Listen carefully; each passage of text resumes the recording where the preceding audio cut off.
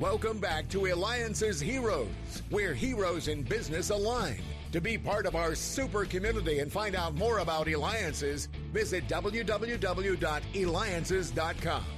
That's right. And we're back. And again, it's always just amazing. I just look amazing at all the things that we've done during this radio show. And I appreciate all of our listeners. And I really appreciate the continued feedback we have on some of the past interviews, like when I recently interviewed the founder of E-Entertainment. So make sure that you go to Eliances.com. As you know, it's Eliances.com. It is the only place where entrepreneurs align. And I couldn't be more excited today. I do need to reveal to you something very unique. Well, maybe not so unique, but something that many people don't know about me. While I'm definitely a health nut, I eat a lot of chocolate cookies. They are my favorite.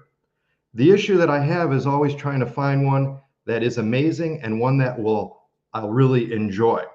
And I'm excited because I'm a big fan of his place. And welcome to the show, Bennett Maxwell. And for those of you that don't know, he is the founder and chairman, CEO of Dirty Dough. That's right. And you can reach him by going to dirtydough.com. So welcome to the show, Bennett. Super excited to have you. And you've got places all over the place. You made it so convenient for me to eat them. So convenient or so hard. Yeah. I like anytime you own a cookie shop, you do get to build rapport instantly with a lot of people. And it's a happy place. Like who's not happy eating a cookie? Absolutely. Now, how did this all come to be and stuff? And what did your dorm room have to do with it? Yeah. So it wasn't my dorm room, but I grew up here in Utah, and it was a buddy of mine that I went to high school with. He moved to Arizona to go to ASU, and he saw cookies blowing up in Utah with companies like Chip or Crumble. And he's like, I want to bring the gourmet cookie to Arizona before any of these other cookie companies came. So anyways, he just started selling cookies out of his apartment, posted on Facebook that he was looking for an investor to open up the first storefront. So that's when I came in, and he opened up that first storefront at the end of that year. So I guess it was open for about 8 months. I was like, dude, let's franchise it. I'm going to be your first franchisee. And he's like, no, actually, I want to get out of it. I'm working 100-hour weeks. I live in the store, and it's just not worth it for me anymore. So I purchased it from him, and it was one store, and then franchised it, and then have been trying to figure it out ever since. You know what? Congratulations. And that's a big move. I mean, here you are taking over something that you already know is well over 100 hours. And you're going into territory unknown, because I assume that you have never done franchise prior to this, right? Correct. Yeah. Prior to that, I was in San Diego running a residential solar company.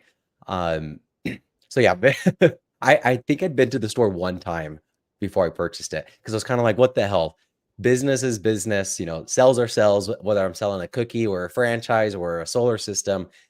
It all comes back to kind of the same fundamentals. So yeah, no previous experience with food or franchising, which has made it a little bit more difficult, but at the same time, you kind of see everything with fresh eyes. Right. So Bennett, how do you do that though? How do you, our listeners, watchers want to know, how do you do that when you know nothing about the industry? You've never done franchising before. You're getting into a business where someone's selling it because they're working over 100 hours, which was probably on the conservative side per week. And here you are now with, how many locations do you have now? 80 some odd locations that we have open right now.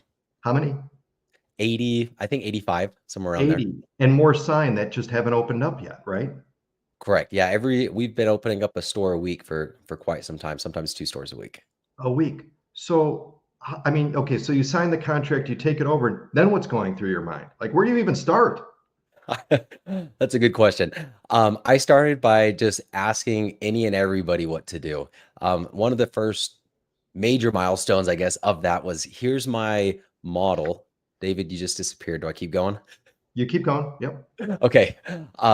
Here's the model that I want to do. I want to, take this cookie company. I want to franchise it. But I know I wanted to centralize the production. So each franchisee didn't have to make cookies from scratch. So you can get your cost of goods lower, your labor lower, all of your startup costs lower, and all of that. Anyways, I hit up some guy on Instagram who's the owner of a concept called Everbowl. Same, dessert acai in the franchising space. And I just said, hey, I have this one store location. Love to tell you about it, basically. And he met up with me and told me all the things that I was doing right and all the things I had to change. And I just found that extremely valuable. So it was really one, having the mindset of what is anybody else doing in food or franchising that I can't learn? And then two, the things that I don't have time to learn, I'm going to go hire people and build a really good team. And that started with the board of advisors. We had the owner of the largest property management franchisor in the nation on our board of advisors, the former CEO of Jimmy John's on our board of advisors. And it was just trying to surround myself with these types of people that have kind of been there, done that, to bridge that learning gap. Right, that's amazing. So now you look back and just imagine all of those stores now, and more to come. Yeah, it's my mom actually asked me this yesterday. She's like, what would your old self looking at you right now? I mean, if we just relate it to Dirty Dough, my goal is 30 locations within 5 years. From the time we opened our first franchise, which was 2 summers ago, in the first 2 years, we hit 80. So it's definitely growing a lot quicker than what I ever imagined, which brings up a lot of good, but also a lot of bad, as far as like, you're always just trying to keep up with the sales. Excellent. And again, you're watching me, David Cogan, host of the Eliances Hero Show. And we have with us Bennett Maxwell. He is the founder, CEO of Dirty Dough, a gourmet cookie franchise.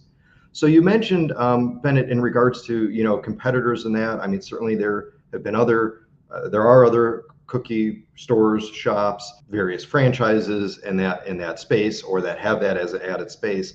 But and it's kind of like that typical thing, but how do you truly differentiate yourself, not only to the potential franchisees, but also the customers? Yeah, I like that you separated those, because those are the two customers. The primary customer is that franchisee. So how do you differentiate ourselves? How do we differentiate ourselves?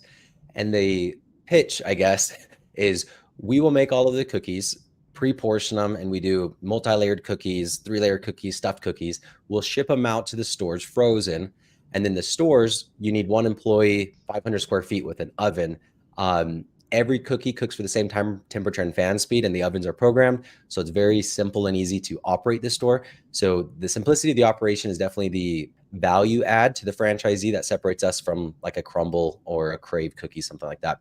On the consumer end, our cookies, Dirty Dough means the dough is dirty. So we focus on the inside of the cookie, which is more chocolate chips, more stuffing. And then I mentioned a 3-layer cookie, which is no one else has right now that I've seen. But imagine looking at a cookie, it's a peanut butter cookie. You break it open, there's a chocolate dough in the middle with a hot fudge center. So Dirty Dough, again, geared towards the consumer, is all about what's on the inside matters most.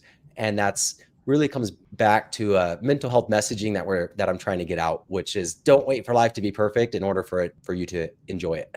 So anyways, those are the two different differentiations that set us apart. Yeah, I mean, it's incredible. And I think the thing too is when somebody walks in, first of all, they got to be happy just from the smell of the cookies baking. How do you though keep things so fresh? And the point is okay, I mean, it's a timely product, right? I mean, how long can you keep a cookie out? Is it hours? Is it days? Yeah, it's just a few hours. I mean, they're being baked fresh, every hour or two. So how do you do that? It's been a little difficult in doing that and mitigating waste. What we did earlier this year is we partnered with a management company, and it was that former CEO of Jimmy John's.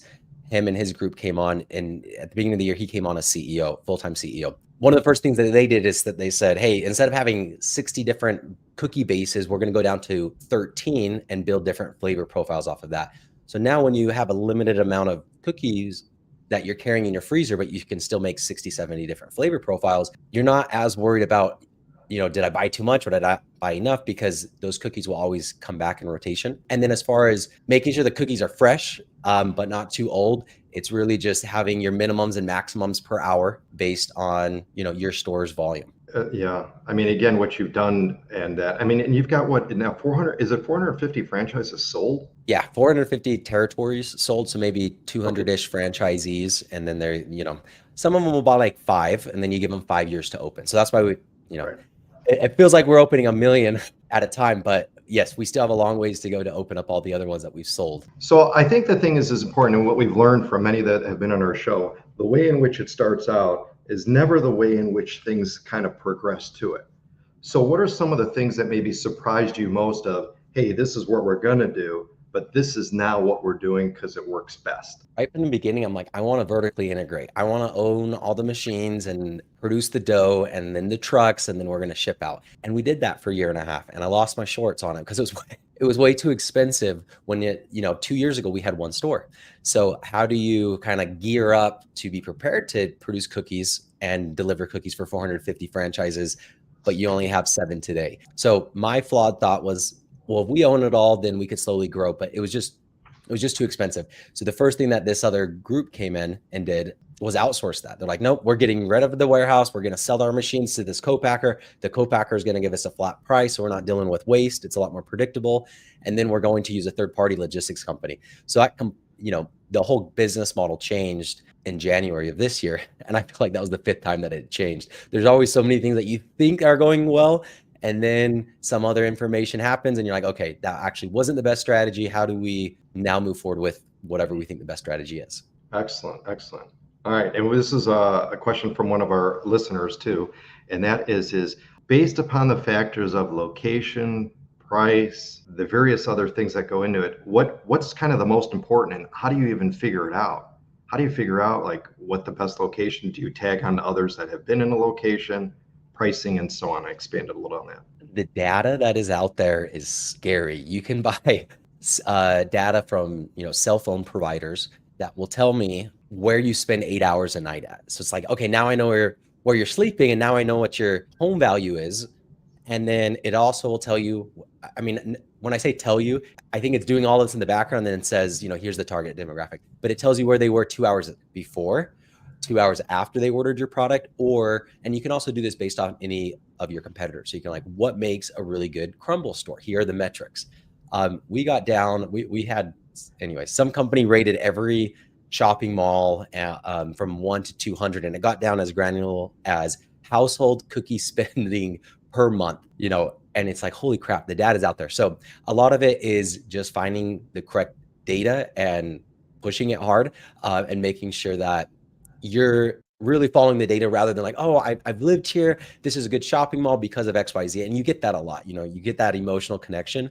And if you're going to sign a 10-year lease based off an emotional connection with a spot, that's probably not the best idea. It's a lot better to look at it more objectively and say, here is the data, the customer, the drive-by traffic, the walk-by traffic, and all of the other data points that are available. And now that you, again, franchising and that, is there requirements of how many franchisee now is required to open up or purchase from you? No. So beginning when I was telling you that story, my original plan when I talked with the Everbowl guy was I was going to sell 5 at a time. You have to buy 1 franchise, and then you're going to make your own little mini production facility, and then you're going to deliver to your next 4 franchises. That completely changed. Again, he told me that's going to fail. You don't want franchisees having to operate machines.